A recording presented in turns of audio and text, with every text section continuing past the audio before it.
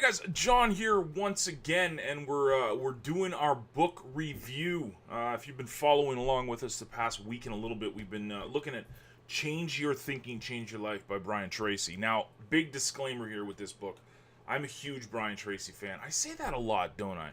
I say that an awful lot when I'm doing a book review of an author I really enjoy. I'm always like, I'm a big fan. Good job, John. Anyways, yeah, there's a few authors I really tip my hat to: Brian Tracy, John C. Maxwell, John Gordon, Robert Kiyosaki, etc. Guys that I've been reading for years and years and years that have really helped me. And Brian Tracy is the author of books such as Goals, Eat That Frog, Kiss That Frog, No Excuses, and Change Your Thinking, Change Your Life is actually a book that was on my bookshelf for quite some time. Over a year, I think I bought this.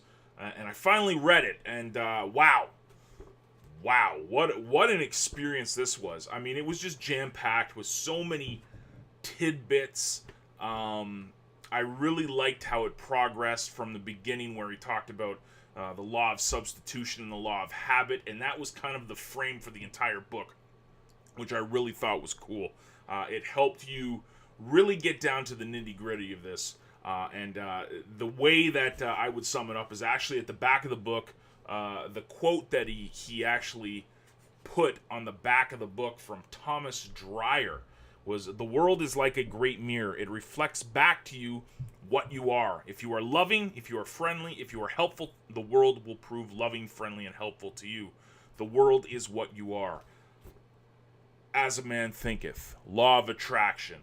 A lot of that had to play into this without that pseudoscience stuff that, you know, a lot of the law of attraction seems to gravitate towards. This was actual... What's the words I'm looking for? This was actual put into practice stuff, not a bunch of mumbo jumbo that the rest of the personal development people love to... Oh, I think about $1 million and I'll get $1 million in my hand. No, that's not the point. It was literally saying change what's in your mind by thinking good things, because then it'll become habit.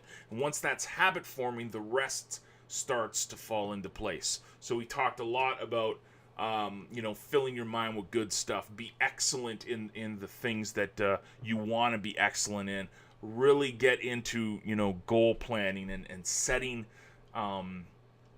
game plans and positive affirmations. I mean, I even laminated he had this little tidbit in part of the book that talked about putting 3x5 index cards around you and reading them each and every day. I laminated 2 that I have that are right in front of my desk each and every day.